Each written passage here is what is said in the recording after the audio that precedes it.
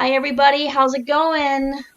We have a very special guest today. Welcome. This is video number 2 for our AITC alumni series. And today's guest is a former student leader with a path headed straight for the White House. He graduated high school in 2011 and he attended Grossmont College in El Cajon, California. But unlike most students who wander aimlessly from major to major, this former high school quarterback jumped straight into politics.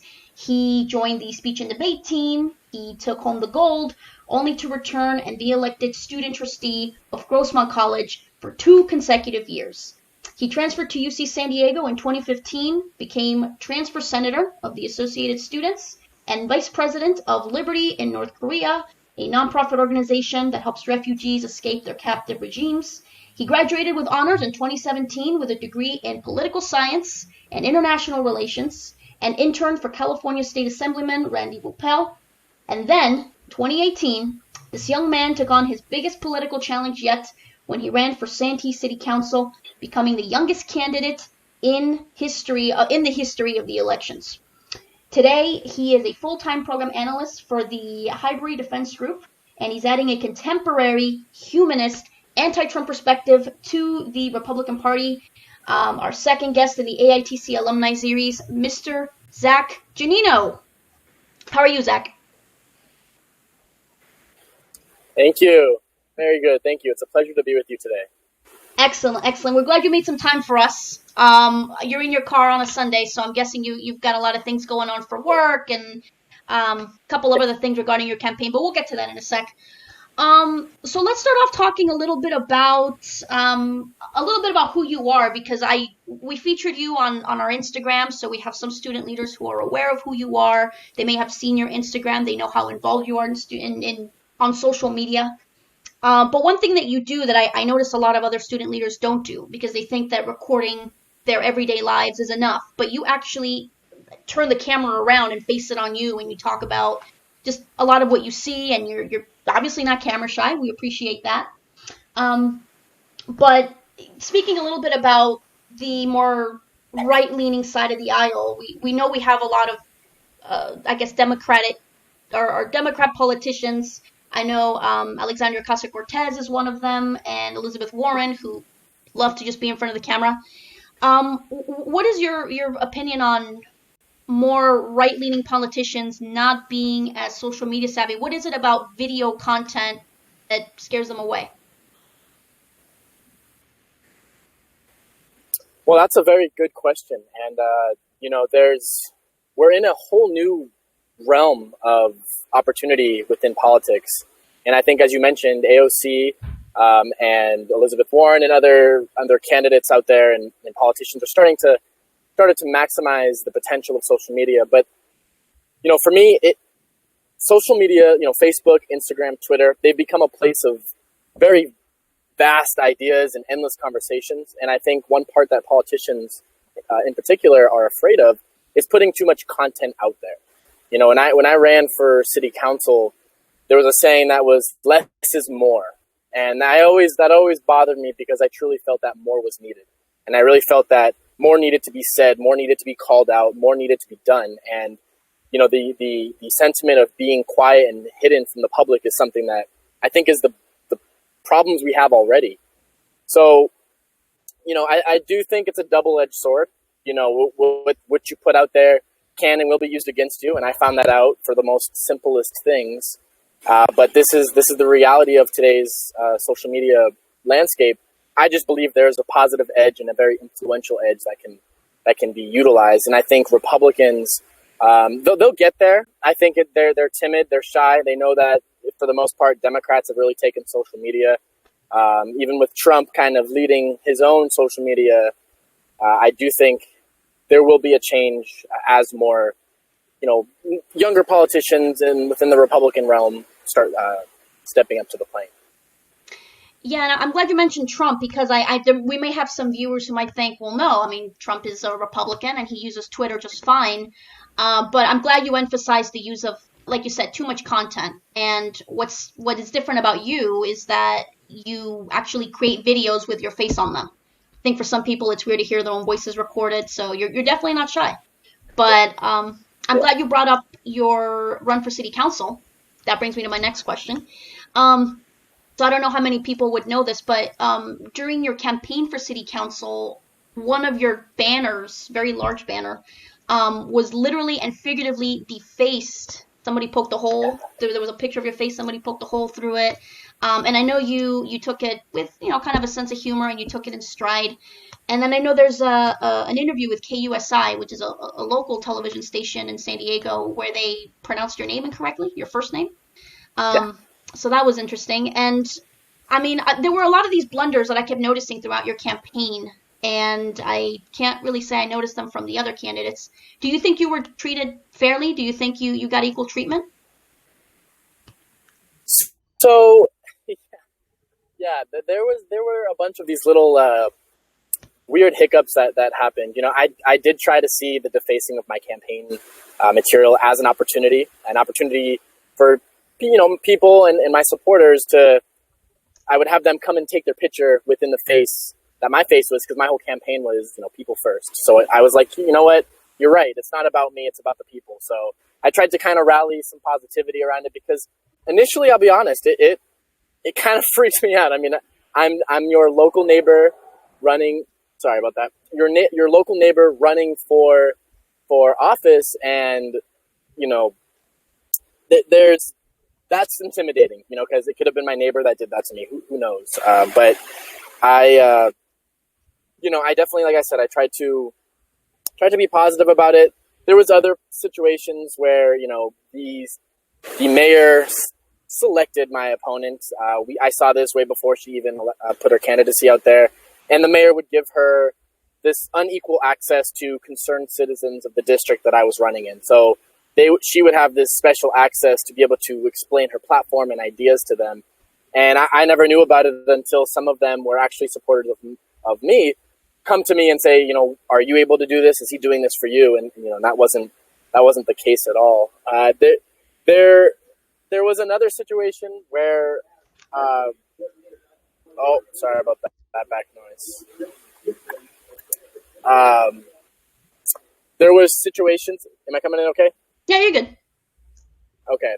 Yeah, there were situations where my yard signs also got taken, and that was, and other yard signs were taken from the other candidates, but this was something that was happening 2 or 3 times a day. And that, there's things where, you can't make an allegation without having hardcore evidence. And sometimes that evidence was hard to gather, which made it even more difficult because it was so beautifully orchestrated. But there was definitely, just to wrap up the question, there was definitely a slanted approach towards my candidacy. They tried to hit me on age discrimination, tried to say that I wasn't experienced enough, which was ironic because I have a tremendous more amount of political experience up in Washington, D.C., in Sacramento, in my own city council. So that was something that they were able to get away with, because your average person isn't going to know Zack's complete resume, and they're going to just see, this older lady is running against a young kid, and that's kind of how they framed the rest of the election. I see. No, and it's interesting. I maybe you just start finding things as you see what you look for. And I don't know how familiar you are with local politics in Orange County or the San Clemente area. There's a young man by the name of Jackson Hinkle. He ran. He's actually running for city council in San Clemente, I think. And then Jake Ribzik, who is student body president at Saddleback. I know he tried to run for office. They didn't get far, but they're still trying. And it's so refreshing to see kind of kids in their early 20s really go for it. So I think there could be a comeback there. I'm not sure. I don't want to press you for answers on that one. Absolutely. There's momentum. But I think there's momentum, and as long as other leaders step up and make shots at this stuff, it's going to inspire more people. I've had so many high school students come up to me and be like, wow, what you've done is brave. I don't really know much about politics, but I want to be involved just because I've seen you do that. And that's something that you walk away with and just know, regardless of my results, my impact is what's going to have the greatest lasting effect. And by the way, did you ever find out who defaced the banners and who was taking your signs? So there was, I never actually found out in particular because it was so coordinated in the way that it was happening. But the morning after the election, which is the bittersweet morning of getting up at 6 a.m. to go take down all of your banners and signs, I was pulling up to a bunch of my signs and I saw a truck just throw my sign into the back of their pickup, jump in, and then the other guys jumped in the truck and then they took off. And I was so shocked that I just watched that. I kind of got out of my car and I was like, kind of threw my hands up like, what the heck's going on? And they took a Yui and then booked away. And it was a group of guys all dressed in the same outfit. And they had the firefighter union on the back of their truck. And they all did look like firefighter union outfits that they were in. So that kind of blew my mind that I caught them in the act. I was so stunned. I wasn't able to take a picture, but it was so insightful because I had an older lady months before tell me, I think it's the firefighters. I think it's the firefighter union. I think it's the firefighter union. And I never took that seriously.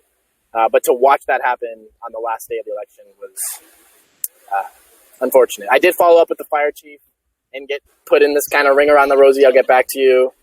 And then they just stopped responding. So, yeah, it's tough. Well, for what it's worth, you do look and sound older than you are. I don't want to push you to reveal your age, but I think if you told people you were 35 and you were an experienced politician, they would buy that.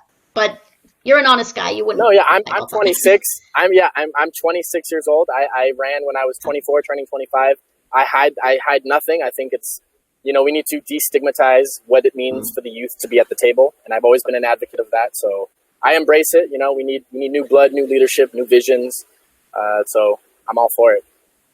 Sweet. And on the topic of new blood, I know before we set up this interview, we had a phone conversation where you talked a little bit about the transition that you're making as far as political parties.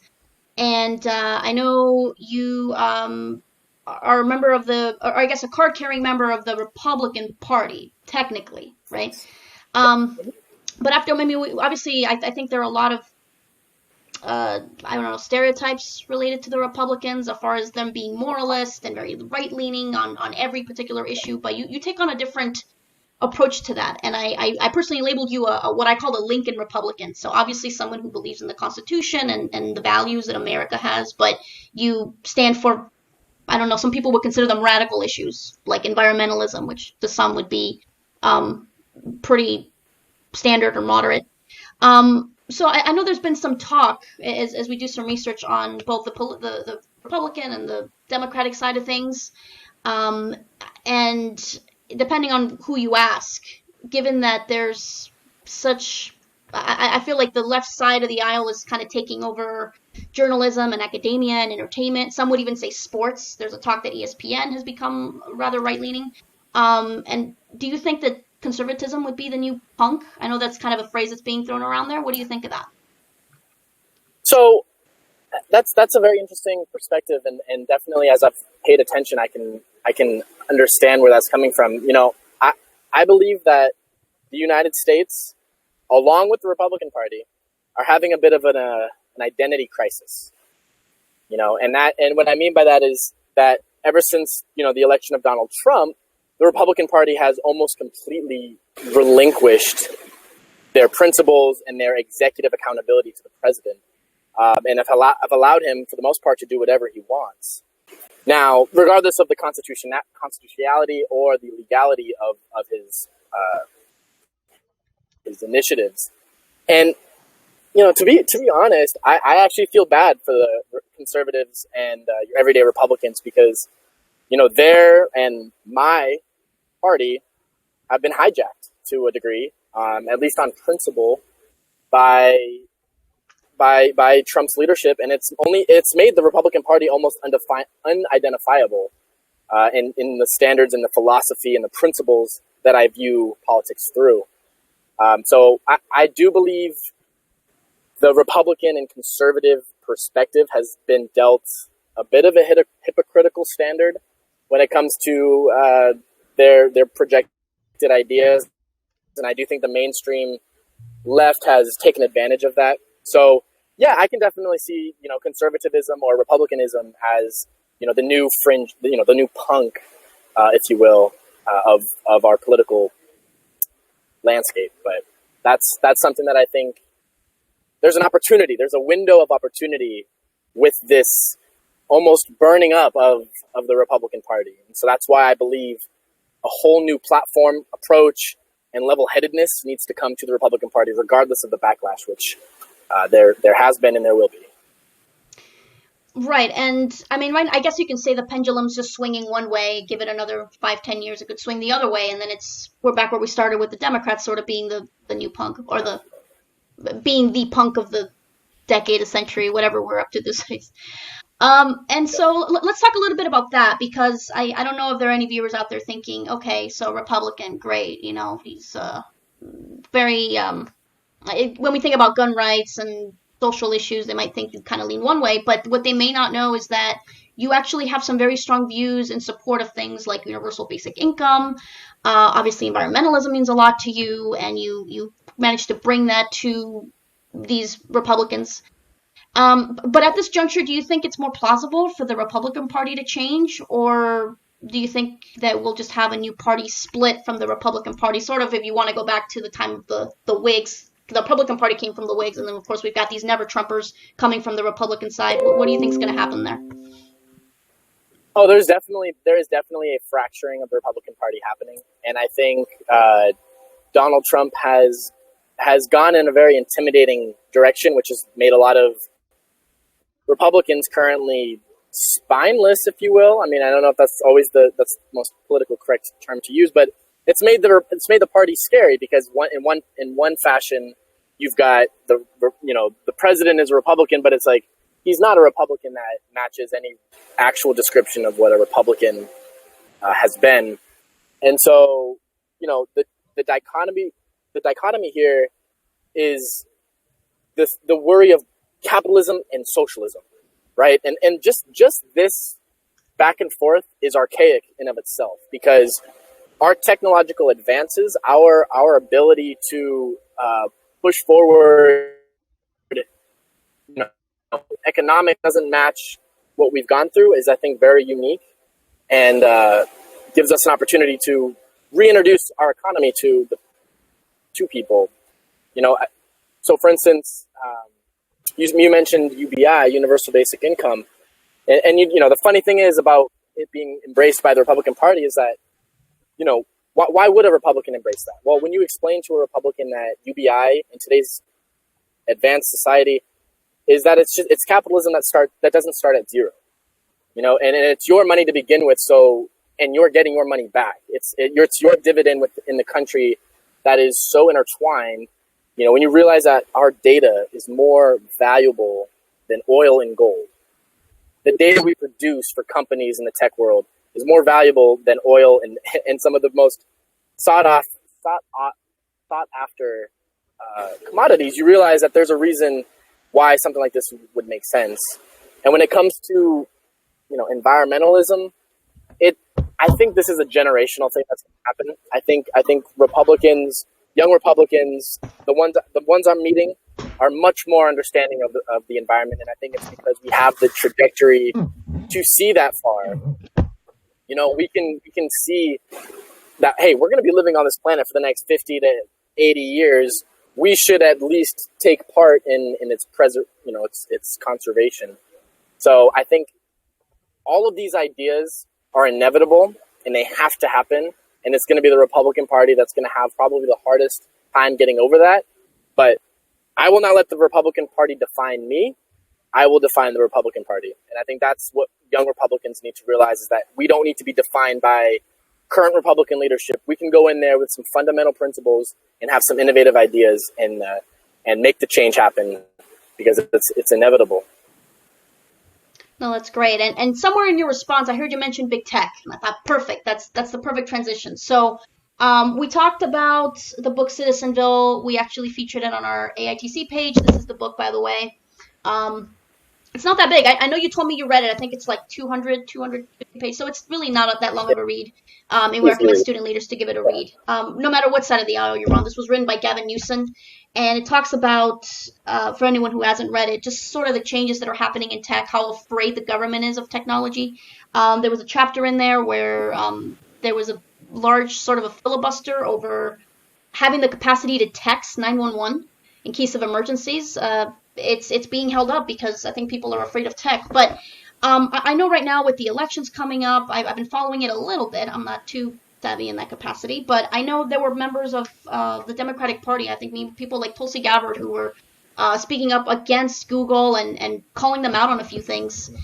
As someone who read the book and as someone who mentioned that you don't agree with everything Gavin Newsom stands for, what are your thoughts on big tech getting involved in government? I mean, do you kind of see that being a good thing, or more of a Skynet, Terminator 2 sort of situation? Yeah, so like I said a couple of questions ago, we're in a whole new territory. And the reason I did, because I don't agree with a lot of Gavin Newsom's proposals and ideas and approaches. But one thing that he was spot on about was the way technology and governance needs to blend and will blend, as we've already seen. I think people are afraid of the term technocrat. That's people think, oh, these high tech people are going to get into power and they're going to use technology against us. And believe it or not, technology is already being used against us, if we're going to even take that route to begin with.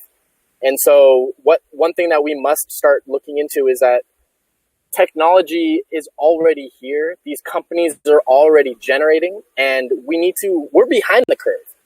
People are thinking, oh, we don't want to get too over regulatory or whatever. We are years behind where we should be when it comes to governing regulation on AI, automation, and all of these newfound tools in our democracy, our democratic republic.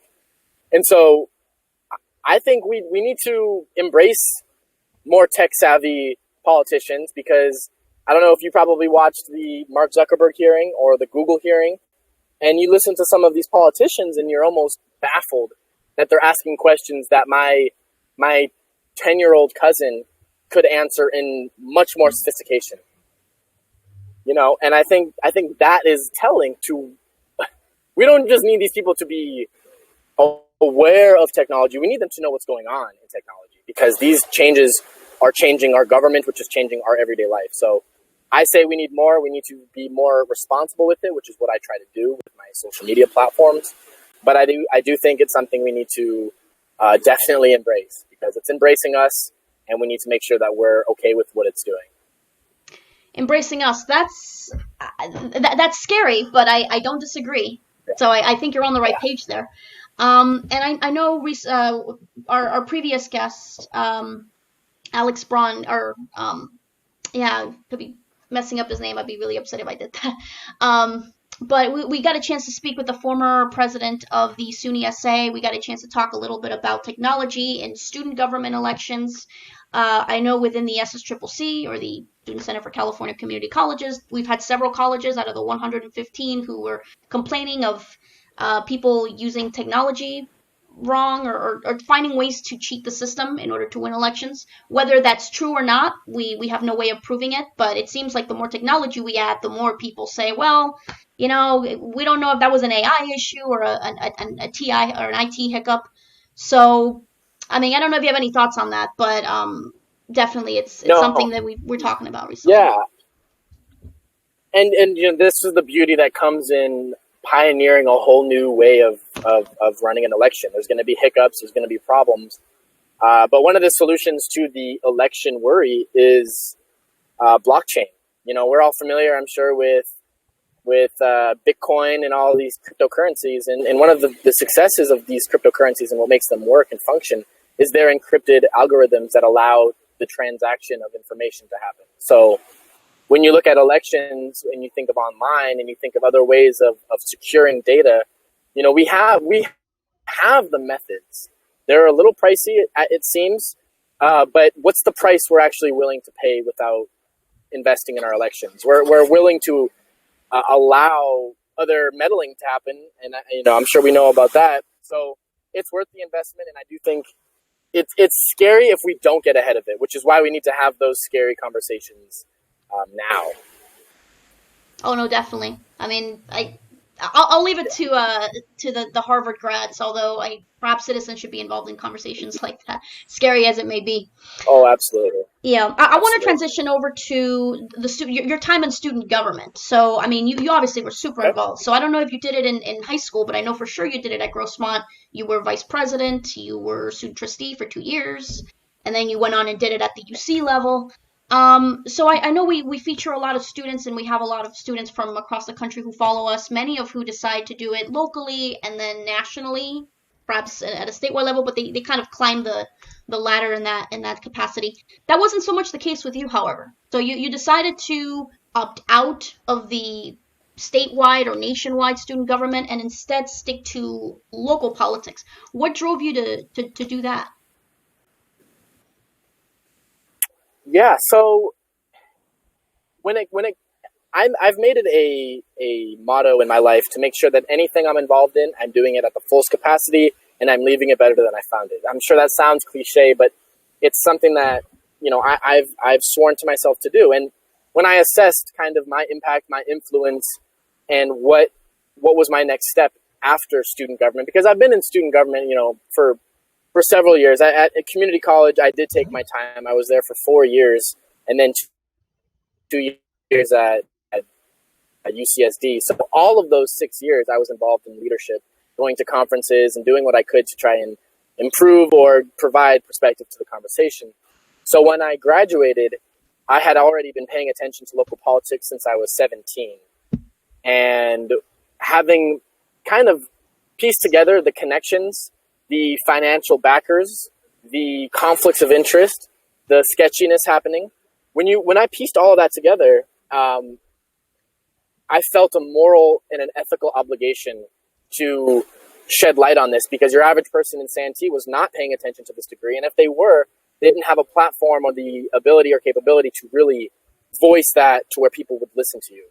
And something that I've been blessed to have is a bit of leverage in Santee. And my social media presence is so wide and rapid in Santee that people, when I was going door to door, would ask me, "Hey, are you the guy from Facebook that's everywhere posting stuff?" And and it's like, so people knew me before I even got to the door because of my social media presence. So, I think it's I wanted to capitalize on where my influence was picking up the most traction and where my passions were all funneling, which was, what can I help impact, not just with myself, but my neighbors. And I saw the sketchiness happening at City Hall, as being something that would, I could be a part of shedding light on. And so I felt my most impact could happen right at my doorstep in my own city government.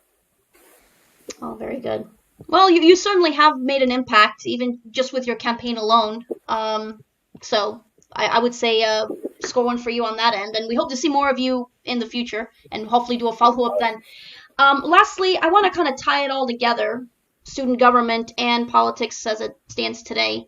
I know that student government for a long time has been a nonpartisan environment. Do you see that changing anytime soon? Do I see it changing to being more partisan? Yes. Oh, it already has. And I hate to be the one to say that or break the news to anybody, or at least reaffirm what people are noticing. So at the community college level, my executive team, we had a diverse board. So the board always kept each other in check to walk a moderate line, which is something we fostered and we're very excited about. And even if we didn't have a perspective at the table, we would do research to find that perspective. So we made it our environment to make sure it was diversified. Now, when I went to the UC level, these kids were, the ones who continue to do student government are the ones that are going to continue to do something in the real world after. So their elections and their recruitments, to me, all became a little more serious. And so when I was a part of the recruitment process to be on a slate, a political party slate, I saw gatekeeper questions asked to friends that I knew that were on the other side, trying to be recruited by the other side, what have you. And they were all politically charged. They were all stacked on whether you believed in this or whether you didn't believe in that. And that, to me, was the reason why student government, at least the year prior to me being there, the years me being there, and a couple of the years after, what I witnessed was the same stuff we see in Congress. The polarization is so intense that people are really willing to just continue to tote and hype up their own drumbeat from their almost tribalistic side and get nothing done. And so it worries me that this whether it be top down or down up, it's already infiltrated the student government level of politics. And as we see it today in the real world, it's just as intense. And I hope to change that. I strive for, criticize. If I can do anything in unison, it's to criticize both parties equally and to praise both parties equally in due respects. But this horse race that we're seeing is toxic. It's creating us. It's desensitizing us to our neighbors and to our fellow classmates. And I think that only leads to bigger problems in the future. And I want to do everything I can to bridge those gaps, whether it be political affiliations or the generational gaps, because I think the generational gaps underline a big portion of our division in this country. So I wish I could say it wasn't like that, but unfortunately right now there is that trend that I hope changes. Well, you've been in the weeds of it for far more than I ever have, so I'll definitely take your word for it. Yeah. One last thing. So it is now August. I know you're a working adult now, so I think when you're an adult, you kind of lose track of when spring break is and the academic August? calendar. September? It is September. Actually, I apologize. You're right. We're in September now, so kind of the beginning of the beginning of the fall semester. We have a lot of student leaders who are just beginning their terms. Any advice? Yes. So one of the things that I really emphasized when I was a student leader at both the community college level and at the UC level was don't wait for someone else to start a project or an initiative. Start on your own. Start right away. Go and talk to students. Go and get yourself in uncomfortable positions.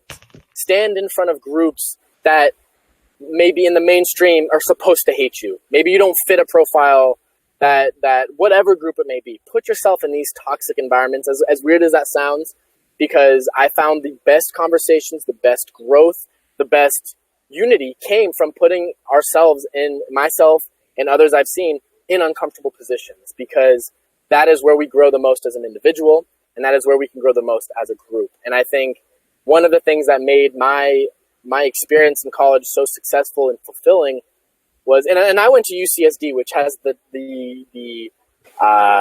stereotype as being UC socially dead, and I never let that define my experience. I made sure that I went out there, was a part of groups, a part of clubs, a part of different networks. So never slow down, hit the ground running, because if you keep this pace, this fast pace, you go into the real world and the real world is slower. And because the real world is slower, you have an upper hand with that momentum, which is why I ran right for for city council right after I graduated, because I had the momentum, the speed, the vision, and I hit the ground running. So my advice is don't hold back. You'll never get these years back, these experiences back. So put everything on the table and stand your ground while still maintaining an open mind. Yeah. Zack Gianino, everybody. Former student trustee of Grossmont College. Thank you so much for joining us. Where can people find you? Well, if you want to email me, I don't have a problem throwing my email out there. It's zackgianino@gmail.com. That's ZackGianino@gmail.com. And if you type that name into really any search bar, you'll probably find me as one of the first, not to say that braggadociously, but there's a lot of my stuff out there that I put. So on my Twitter, Instagram, Facebook, feel free to add me on any of these. If you have any questions or would like advice or a phone call, I'm always more than happy to do that. So please don't be shy. Oh, very good. And we'll go ahead and we'll include the links in the description. just for anybody who wants to go ahead and check you out. And we thank you so much for joining us. We hope that you continue to pursue your political path. I know that Absolutely. I don't want to put you in a position where you have to reveal anything before it's time, but we hope to talk to you again and catch up and see how your journey's been so far. Thank you so much. I appreciate this opportunity. All right, excellent. Thank you so much for watching, everybody. We'll see you next time.